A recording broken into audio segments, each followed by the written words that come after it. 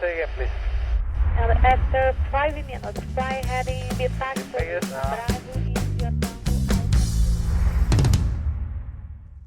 Olá, seja bem-vindo, sou o portal aeronáutico Trem de Pouso. Hoje a gente muda um pouco o foco da matéria. Vamos falar sobre voo em linha reta horizontal com velocidade constante. Por que muda o foco da matéria? Porque até agora a gente veio vendo conceitos soltos, né? Velocidade, aceleração, distância, tempo, terceira lei de Newton. Depois a gente passou pela uma noção de motor, depois a gente passou, enfim, foram conceitos relativamente soltos, né? Embora um tivesse ligação com o outro, não era uma ligação tão forte que a gente vai ter a partir de agora. Tá? Então até agora a gente estudou as forças aerodinâmicas, né? Então relembrando, a gente tem a nossa asa, eu tenho diferença de fluxo de ar na parte de cima e na parte de baixo da asa, que é um perfil assimétrico. Isso gera uma resultante aerodinâmica. Essa resultante aerodinâmica ela é decomposta em sustentação e arrasto. Né? Então até agora a gente estudou as forças em si, como elas existem, como elas se criam, como elas se comportam. Agora a gente vai juntar tudo isso na nossa aeronavezinha. Então a gente vai começar a estudar como que essas forças elas afetam o voo em si, a performance do voo. E a gente vai estudar começando com voo em linha reta, seguindo depois para voo planado, seguindo para voo ascendente e passando por voo em curva.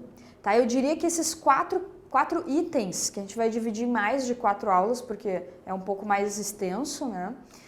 Eles são a parte, assim, ó, é o filé da matéria. Tá? É o filé da matéria, é o que mais cai em prova. Claro que para chegar até aqui, né, se tu entrou nessa aula agora, vou pular algumas aulas, vou ver como é que é. Não vai adiantar nada, tu não vai entender metade do que a gente vai estar falando aqui. Então é importante esse conhecimento prévio, claro, é uma construção para poder chegar até aqui. Mas esses 4 itens, voo horizontal, voo planado, voo ascendente e voo em curva, é atenção redobrada, destrói o celular, vem para o trem de pouso e fica com a gente. Beleza? Muito bem, vamos começar então explicando o conceito básico do voo horizontal. Então a gente tem a nossa aeronave, né? Vamos usar aqui que fica melhor. Aí. Então a gente tem a nossa aeronave. Vocês já sabem que a sustentação é dirigida para cima e o arrasto é dirigido para trás. A gente conhece a tração, que é a força produzida pela hélice, e a gente sabe que existe, não chegamos a comentar ele, mas a gente sabe que existe o peso. Esses vetores, eles têm que se comportar de uma forma que fiquem equilibrados, para que essa aeronave possa de fato se movimentar na horizontal, sem subir e sem descer, sem acelerar e sem desacelerar. Então o que aconteceria se a sustentação fosse maior que o peso? A aeronave subiria, vulgarmente falando, tá? O que aconteceria se o peso fosse maior? A aeronave desceria. O que aconteceria se a tração fosse maior? A aeronave iria acelerar. E se a tração fosse menor que o arrasto? A aeronave iria desacelerar. Então, para a gente ter um equilíbrio, eu costumo chamar o voo horizontal de voo do equilíbrio. Eu tenho que ter sustentação igual ao peso. Exatamente igual ao peso, matematicamente falando. E tração igual ao arrasto, matematicamente falando. Se esses valores não forem iguais, a aeronave não vai se manter na horizontal e não vai se manter na mesma velocidade. Ela vai acelerar, desacelerar, subir ou descer. Então, o voo do equilíbrio por quê? Porque sustentação igual ao peso, então sustentação igual ao peso, e isso regula a altura, né, a altitude, e tração é igual a arrasto, isso regula a velocidade, acelerar ou desacelerar, ou no nosso caso aqui, manter a velocidade, porque esse capítulo chama voo em linha reta horizontal com velocidade constante, ok? Então, voo do equilíbrio.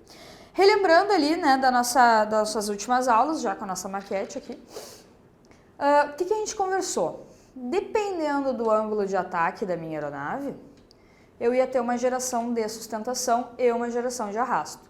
Então, por exemplo, a minha aeronave está voando e ela aumenta o ângulo de ataque.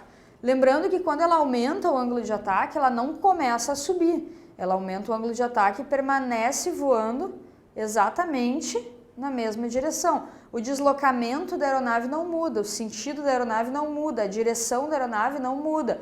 O que muda, ó, é a angulação dela. Ela estava assim, agora ela está assim. Ela estava assim, agora ela está assim. Tá, Karen? Já entendi. Isso aí. Tá? Então, por exemplo, Quando eu venho aqui e estou voando assim, eu consigo acelerar muito. Por quê? Porque o avião está com um pequeno ângulo de ataque, ele está criando pouco arrasto. Então é mais fácil de acelerar. Quando eu, por algum motivo, aumento o ângulo de ataque, seja por uma solicitação, lembra que na aula passada a gente falou? Chegando na aproximação final, o aeroporto está tumultuado e o controlador diz, mantenha o nível 055 e reduza para 80 nós.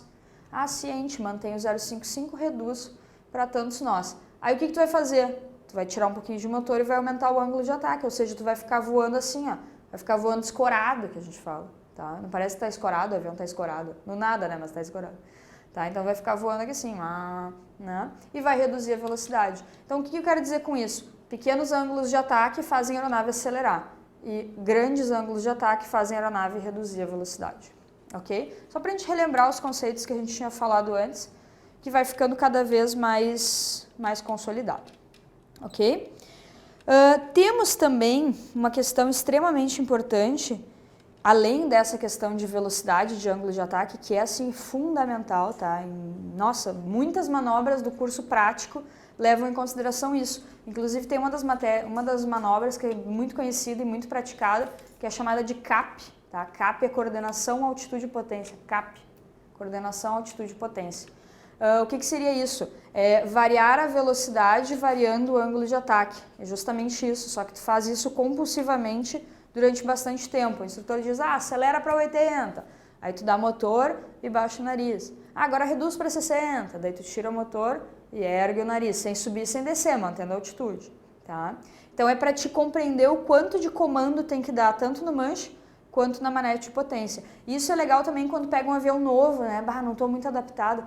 Né? A gente voa qualquer avião, mas cada avião vai ter uma particularidade. Um vai responder mais, outro vai responder menos. Então é importante quando pega um avião novo fazer a tal da manobra do CAP, tá? Porque ele te dá bastante essa relação aqui de pé e mão, quando tu fica fazendo isso aqui 300 milhões de vezes. Tá? Muito bem. Falamos também já do stall, né? Falamos que o stall, falamos bem por cima, que o stall ele era uma perda de sustentação. Então a aeronave vinha aqui, aumentava o ângulo de ataque e reduzia a velocidade. Aumentava o ângulo de ataque e reduzia a velocidade. Aumentava mais o ângulo de ataque, tá, Karen? Isso, reduzia a velocidade. Né? E chegava num determinado momento, que a aeronave estava tão inclinada que o fluxo de ar ele não conseguia mais contornar o perfil. E aí esse fluxo de ar começava a se perder aqui, e a aeronave perdia a sustentação, ela começa a trepidar muito nessa fase, né? Começa a perder a sustentação e ela cai, tá? Cai controladamente, tá? O stall não é uma manobra perigosa, tá? O stall é perigoso se for treinado a baixa altura, porque o que tu tem que fazer para recuperar um stall? Tem que baixar o nariz, ou seja, o problema do stall é ângulo alto, então vou fazer o quê? Eu vou baixar o nariz e vou reduzir o ângulo, automaticamente os filetes de ar vão começar a fluir na asa e o avião vai recuperar. Só que tu vai ter uma queda até recuperar, tá? Tipo uma montanha-russa, né? Tu vem, sobe, sobe, sobe, desce e depois ele sobe de novo, tá? Então tu tem que ter esse intervalo aqui de distância para conseguir descer. O que acontece algumas vezes em alguns acidentes até acrobáticos, né? É que não dá tempo do piloto recuperar, já está muito baixo e aí, infelizmente, acaba colidindo com o solo. Tá? Então o stall ele não é um problema. Cuidado para não confundir, tá? Atenção, muita atenção nisso. Cuidado para não confundir o fenômeno stall com a velocidade stall. O que é o fenômeno stall? O fenômeno stall é isso que a gente acabou de falar. O avião aumenta o ângulo de ataque, chega a um determinado ponto, os filetes de ar não conseguem contornar o perfil, ele vai trepidando, trepidando, trepidando, perde sustentação e desce. Isso é o fenômeno stall. A manobra stall. O que é a velocidade stall? É a velocidade na qual a aeronave está aqui, ó, esse momento, imediatamente antes de estolar, ok? Então quer dizer que a aeronave está voando na velocidade de stall? Sim, ela está voando na velocidade de stall. Mas tu falou que o stall, o avião cai. Sim, o fenômeno, o stall, não a velocidade de stall, tá? Então é parecido, mas é diferente, ok? Então, ok, estou lá aumentando o ângulo de ataque, entrei na velocidade de stall, estou vivo. Estou voando, no stall também espero que esteja vivo, tá? Tá voando, só que com uma manobrabilidade bem conturbada. O que acontece se eu exceder esse ângulo de ataque? Teoricamente cai, mas tem uma única possibilidade, né? Que é você estar nesse ângulo, exceder esse ângulo e entrar com muita potência nesse momento. Então o excesso de arrasto que tu está gerando aqui vai ser contraposto pela tração que a hélice está gerando. E aí sim, tu tá escoradaço no motor, não tá nem escorado, tu tá escoradaço. E aí o avião vai ficar voando nessa condição, mesmo com o ângulo de ataque acima do máximo, ele permanece voando pendurado pela hélice, só o que está mantendo ele em voo é a hélice, tá? Não tem mais aerodinâmica aqui praticamente, é só o fluxo de ar que está passando na asa e está gerando alguma coisinha de sustentação.